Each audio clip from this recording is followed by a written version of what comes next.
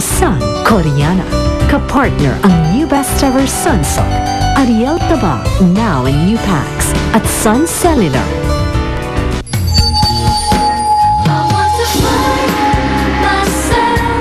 Baka naman aksidente lang yung pagkahulog niya. Then why didn't Tita Violeta just say that in the first place?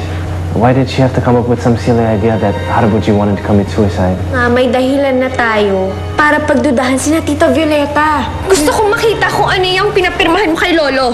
Nilipat na sa amin ni Irene ng papa ang lahat ng ari-arian niya at kayamanan niya. Kailangan ko makausap si Lolo. Alam ko may gusto siyang sabihin sa akin. Hindi ako papayag na lumala ang kondisyon ng papa ng dahil na naman sa'yo! Bakit ba ayaw mo akong palapitin kay Lolo? May tinatago ka ba sa akin? Nandiyan na ba si Attorney Gu? Kakusapan sana namin. Mr. Lee, ilang araw na hindi pupunta rito si office si attorney ko. Hindi pa rin siya umuwi sa kanila. Nawawala ho si attorney ko. At may kutob kaming lahat na si Tita Violeta ang may kinalaman sa nangyari sa kanya. Paano kung nadiskubre na rin ni Lolo ang lahat? Ang lahat ng katotohanan. At yun yung gusto nang sabihin sa akin. Inay, nasa panganib si Lolo. Pupuslit tayo para makausap si Lolo Changhi. Kung si Tita Violeta talaga may kasalanan, Inay, siguro mapapatunayan ni Lolo. Nilalabas ng gate. Saan naman ho siya pupunta? Gusto mo sundan natin?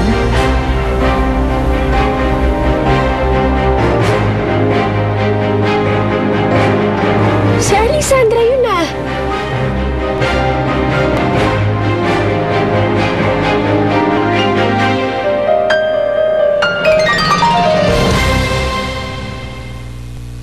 Magkakilala si Tita Violeta, pati si Aling Sandra. Ipinakilala ko si Sandra kay Violeta eh. Ha? Paano yung nakilala si Aling Sandra? Siya yung tumulong sa akin eh nung hinahanap kita sa Bicol. Siya yung kapitbahay niyo na Josefina. Hindi totoo yon. Nagsinungaling siya sa inyo. Si Aling Sandra ang may-ari at nagpapatakbo ng dating tinutuluyan namin ni Inay Josefina. Yung kasa. Galit siya sa akin. Lagi niya akong pinag-iinitan. Wala naman kaming ibang magawa ni Inay, kundi makisama sa kanya. Dahil baon si Inay Josefina sa utang. Pero lagi niya kaming pinagmamalupitan. Pero sa totoo lang, muntik na pa nga ako iparape eh. Ano? Hindi siya mabait tulad nung sabi niya? Hindi. Gusto niya akong maging katulad ng mga babaeng binibenta niya sa kasa niya. Pero hindi nangyari yun. Nagpursige akong abutin yung mga pangarap ko. At tinulungan ako ni Inay Josefina. Kaya naging mabait siya sa akin. Kinukup niya ako eh. Pinakain niya ako. Posibleng magkakonsyaba sila matagal na eh. Kinupkup niya kayo dahil yun siguro ang sinabi ni Tita Violeta. Lahat yun plinano ni Tita Violeta. Ginawa niya yun dahil gusto niya kami maghiwalay ni Lolo.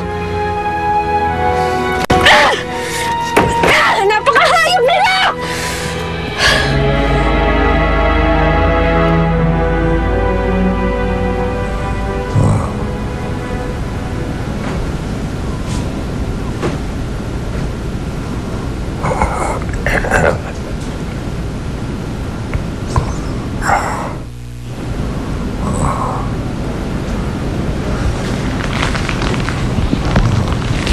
Sir, hindi po kayo makatulog?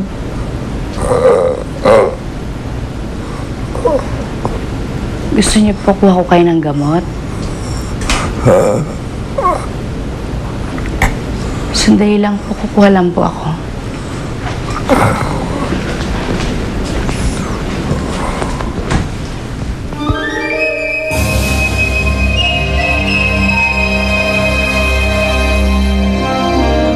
Don't worry, Mr. Lee.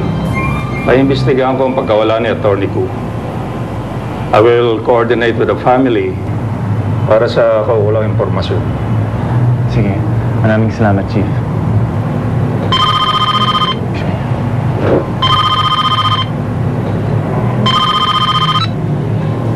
Hello? Partner, ano ba talagang gusto mo isuot? Puti o itim? Alam mo, mas maganda siguro yung puti para mas makita nilang inosente ka talaga sa magaganap. Mas marunong ka pa sa magsusot. Ikaw ang magsusot yan. Diyan mo siya mamili. Kaya lamera ka eh. Partner, yung itim bagay sa'yo. Sexy ka dyan. Parang mas gusto ko nga yata mag-itim. Kita mo na, pahiya ka.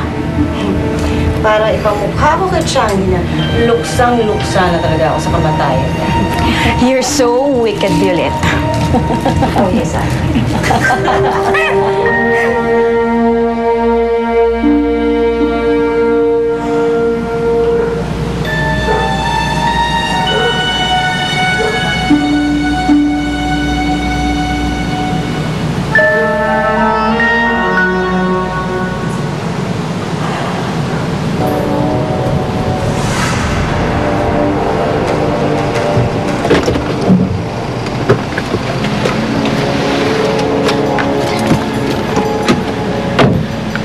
Chika.